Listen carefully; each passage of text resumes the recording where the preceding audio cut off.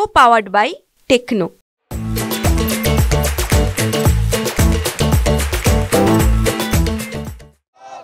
मनोज जरांगे पाटील यांच्या उपोषणाचा आज 5वा दिवस आहे आणि त्यानंतरही राज्य सरकारकडून कुठलीही दखल जी आहे ती घेतली गेलेली नाही आहे। त्यामुळेच सकल मराठा समाजाच्या वतीने या ठिकाणी आज बीड जिल्हा बंदची हाक जी आहे ती देण्यात आलेली आहे आणि त्यासाठीच आज बीड जिल्हा बंद जो आहे तो पुकारण्यात आलेला आपल्याला पाहायला मिळतोय। मनोज जरांगे पाटलांचे जे समर्थक आहेत त्यांनी हा बंद जो आहे तो पुकारलेला आहे। खरं तर हा बंद शांततेच्या मार्गाने करावा असं आवाहन देखील या आंदोलकांनी केलेलं आपल्याला पाहायला मिळते। त्याच पार्श्वभूमीवर आज बीडमध्ये मोठ्या प्रमाणात पोलीस बंदोबस्त जो आहे तो तैनात करण्यात आला आहे। आपल्यासोबत आंदोलक आहेत। काय नक्की आज बीड बंदची हाक दिलेली आहे, काय कशासाठीच हे बंद आहे?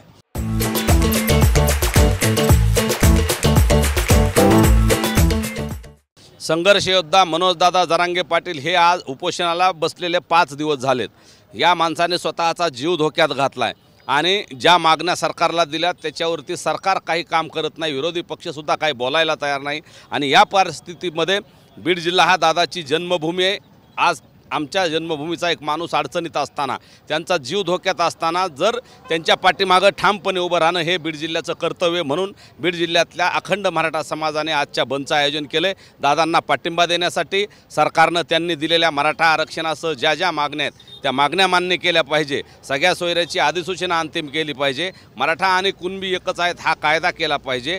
कोपर्डीतल्या भगिनीला न्याय दिला पाहिजे आणि आंतरवली सराटीसह महाराष्ट्रातल्या सगळ्या आमच्या बांधवावरचे जे गुन्हे आहेत ते गुन्हे मागं घेतले पाहिजे। या मागण्यांसाठी दादा उपोषणाला बसलेत आणि दादांच्या या मागण्या तात्काळ मान्य कराव्यात, नसता येणाऱ्या काळात गंभीर परिणामाला सामोरं जावं लागेल हा इशारा देण्यासाठी आजचा बंद आहे। आणि हा बंद शांततेच्या मार्गाने असणार आहे। कुणीही कायदा सुव्यवस्था बिघडणार नाही, कुणीही हिंसक कृत्य करणार नाही आणि जर कुणी असं करत असेल तर तो आपला समाज बांधव नाही, तो आंदोलक नाही असं समजून आपल्या सगळ्या समाज बांधवांनी आणि सगळ्या सेवकांनी या लोकांना वेळीच रोखलं पाहिजे।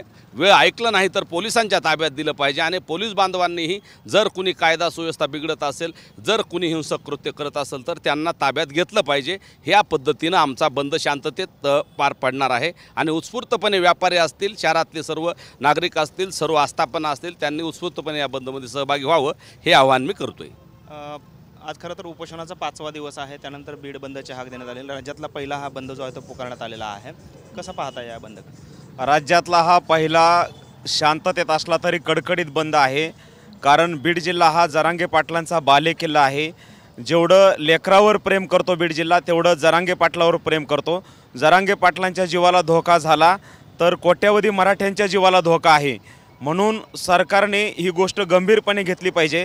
आज 5 दिवस झालं जरांगे पाटलांकडे कोणी डुंकूनही सरकारमधले प्रतिनिधी बघत नाहीत। आम्ही माणूस नाहीत का? आमच्या मागण्या पूर्ण करा, जरांगे पाटलांच्या मागण्या पूर्ण करा। जरांगे पाटलांच्या जीवाला काही धोका होऊ नये म्हणून तात्काळ मागण्या त्या ठिकाणी आमच्या पूर्ण करा। बीड जिल्ह्याने आज अखंड मराठा समाजाने हा कडकडीत बंद पुकारलेला आहे आणि बीड जिल्हा कालही जरांगे पाटलांच्या मागे होता, आजही आणि उद्याही असेल आणि जरांगे पाटलांचाच बालेकिल्ला असणार आहे। खरं तर बीडमध्ये यापूर्वी देखील अनेक अनुचित प्रकार जे आहेत ते घडलेले आहेत, त्या पार्श्वभूमीवर आता आज बंद पुकारण्यात आलेला आहे। मराठा आंदोलक असतील, मराठा समाजाचे समर्थक असतील जरांगे पाटील यांना काय आंदोलक म्हणून आपण आवाहन कराल? सर्व समाज बांधवांना आणि मराठा सेवकांना विनंती आहे, हा बंद शांततेच्या मार्गाने आपल्याला पुकारलेला आहे। बीड जिल्ह्यामध्ये हा बंद कडकडीत झाला पाहिजे आणि शांततेच्या मार्गाने झाला पाहिजे। सर्व व्यापारी आणि आस्थापनांना बांधवांना विनंती आहे, आपण या बंदमध्ये स्वयंस्फूर्तीनं सहभागी व्हावं। आपली दुकाने बंद करावीत। आपली दुकाने बंद केली तर वादांग होण्याचे चिन्ह नाहीत आणि संघर्ष होत नसतो। त्यामुळं आमच्या लेकरांच्या भविष्यासाठी एक दिवस दुकान बंद ठेवल्याने काही फरक पडणार नाही।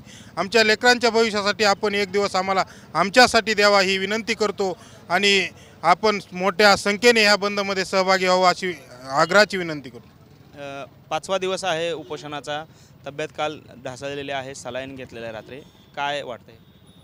हा 5व्या दिवशी मनोजदादा जरांगे पाटलांची तब्येत खूप ढासळलेली आहे। त्यांना उठता देखील येत नव्हतं, चक्कर येऊन ते पडले होते।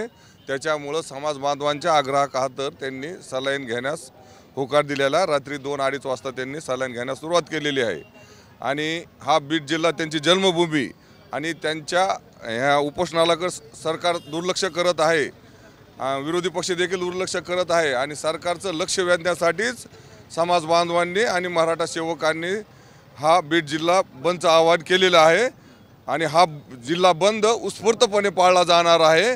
व्यापारी देखील स्वतःहून पाठिंबा देणार आहेत आणि हा शांततेतच बंद असेल। शांततेत आवाहन जे आहे ते करण्यात आलेलं आहे। आज दिवसभरामध्ये कशा पद्धतीचं एकंदरीत आपण व्यवहार करणार आहात, निवेदन असणार आहे, मोर्चा असणार आहे का किंवा काय? हे बघा, महाराष्ट्राचे मराठा समाजाचे योद्धे मनोजदादा जरांगे पाटील हे 5 दिवसापासून अंतरवली येथे उपोषणाला बसले आहेत।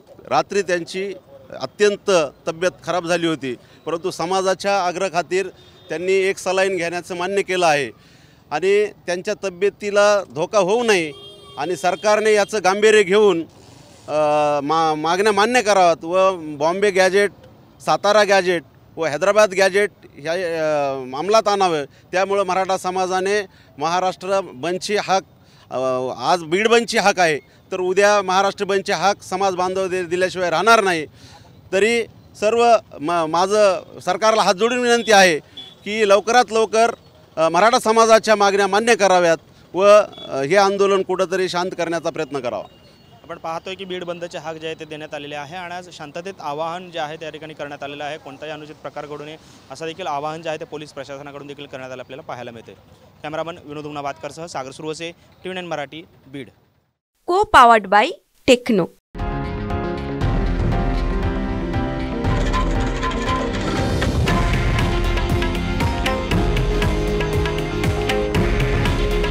हे आहे देशातील नंबर 1 न्यूज नेटवर्क आणि आपण पाहत आहात TV9 मराठी।